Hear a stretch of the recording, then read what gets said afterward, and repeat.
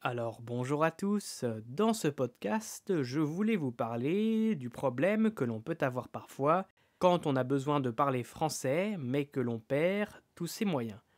C'est-à-dire quand on connaît son vocabulaire, ou du moins qu'on a l'impression de connaître son vocabulaire, mais que quand on doit parler un français natif, ou pendant un cours de français par exemple, on perd tous ses moyens.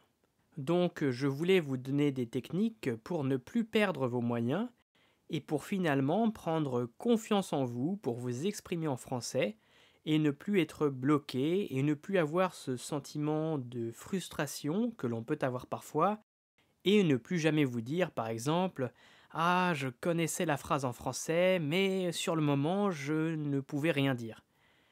Alors, la première chose que vous pouvez faire, c'est tout simplement de faire les choses petit à petit. Par exemple, vous pouvez vous entraîner dans des situations de la vie qui sont prévisibles.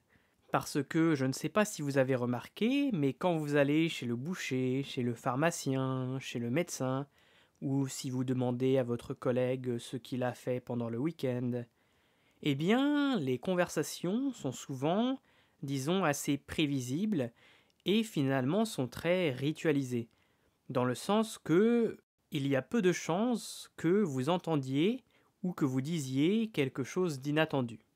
Donc ce que vous pouvez faire, c'est justement vous entraîner dans ces situations particulières. Par exemple, vous entraîner à commander dans un restaurant, à demander votre chemin, ce genre de choses. Ce qui fait que vous ne serez jamais perdu quand vous aurez besoin de vous exprimer en français dans ces situations. Et après, si vous êtes vous-même en ce moment en France, vous pouvez vous entraîner dès que vous en avez l'occasion.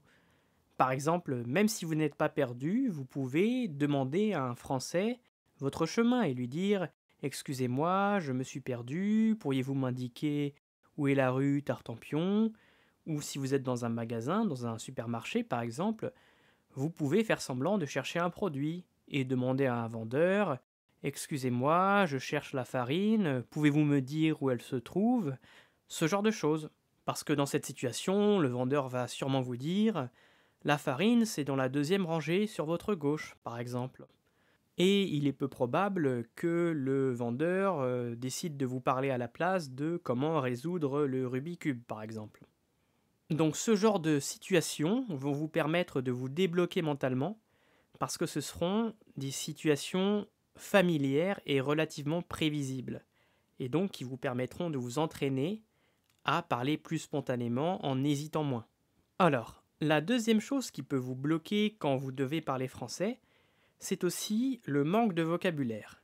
Alors ça, c'est aussi lié à ce que j'ai dit précédemment, mais par exemple, si vous avez un trou de mémoire, ou si vous ne connaissez pas un mot au moment où vous devez l'utiliser, eh bien, je vous conseille, d'au lieu de ne rien dire du tout et de perdre vos moyens parce que vous ne connaissez pas le mot, eh bien, d'essayer de décrire le mot que vous ne savez pas dire à la place pour que la conversation reste fluide.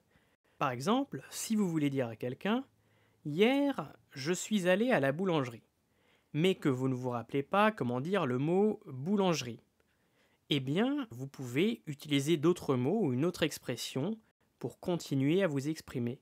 Par exemple, vous allez dire «Hier, je suis allé au magasin où l'on vend du pain». Et les gens comprendront que vous parlez d'une boulangerie, et comme ça, vous ne serez pas bloqué sur un mot et la conversation pourra se continuer. Et justement, j'en viens donc à ce troisième point, qui est l'un des plus gros problèmes à mon sens quand on peut perdre ses moyens pour s'exprimer en français ou quand on est parfois trop timide pour parler une langue étrangère, c'est la peur de faire des erreurs, c'est de diaboliser les erreurs. Alors, retenez cette chose simple, quand on parle, quand on apprend une langue, on est obligé de faire des erreurs. C'est inévitable.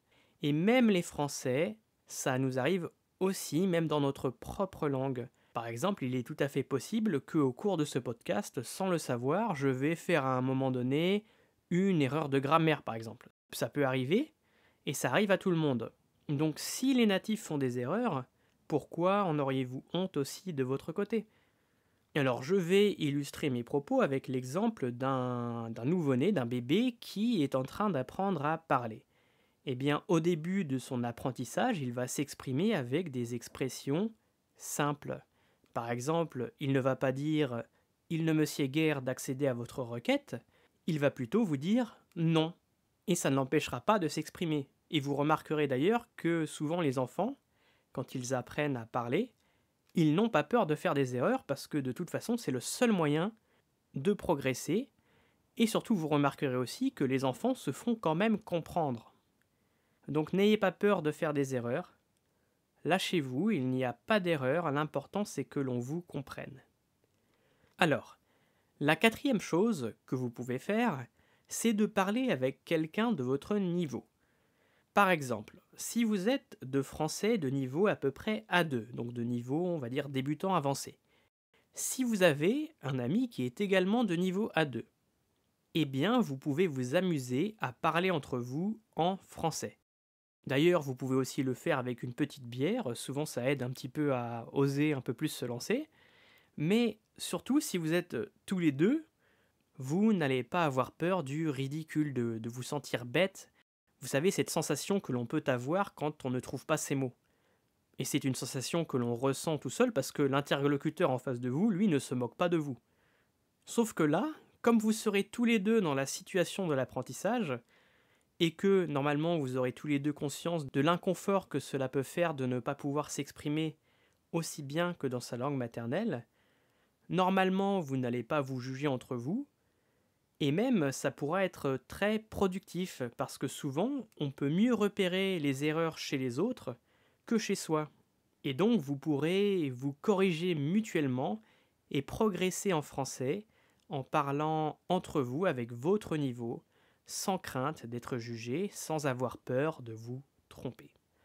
Alors, ensuite il y a une autre technique qui est de vous entraîner à parler tout seul à haute voix.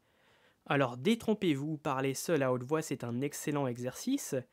D'ailleurs, vous remarquerez que l'expression orale, donc parler seul et faire un monologue, est une épreuve que l'on retrouve pour l'examen du DELF, donc l'examen qui va attester de votre niveau de français. Et ce n'est pas pour rien parce que normalement, si vous êtes capable de vous exprimer à haute voix sur un sujet donné, ça veut dire que vous êtes capable de raisonner et donc de penser en français. C'est pour ça qu'il y a cette épreuve. Donc, entraînez-vous à parler seul. Et vous pouvez le faire tous les jours en vous posant des questions même très simples. Vous pouvez vous parler à vous-même et vous dire « Tiens, qu'est-ce que tu as fait aujourd'hui ?» Et vous pouvez ensuite vous raconter à haute voix ce que vous avez fait dans la journée. Ce genre de choses. Ou alors si vous buvez un café par exemple, vous pouvez vous dire « Qu'est-ce que tu es en train de faire là? Tu es en train de boire du café ?»« Oui, je bois du café. » Alors ça paraît tout bête comme ça, mais ce sont ces petites choses qui vont vous aider aussi à vous mettre à l'aise et à vous habituer à vous exprimer spontanément. Enfin, je ne peux que vous recommander le dernier conseil qui est tout simplement de parler avec des natifs. Donc pour cela, vous pouvez trouver un tandem, mais il faut que vous réussissiez à trouver un bon tandem pour progresser en français, ou alors vous pouvez prendre des cours de français en ligne. Alors je ne vous dis pas ça parce que j'en donne moi-même, je pense réellement que les cours de français, en particulier les cours de conversation, sont vraiment très très efficaces pour progresser. Pourquoi? Parce que ça vous permettra de vous entraîner à parler avec quelqu'un qui va vraiment prendre la peine de vous écouter parler et de vous corriger. De plus, le professeur pourra aussi vous éclairer sur des points que vous n'avez pas compris et vous aider à progresser pour vous exprimer dans les domaines sur lesquels vous avez besoin de travailler spécifiquement.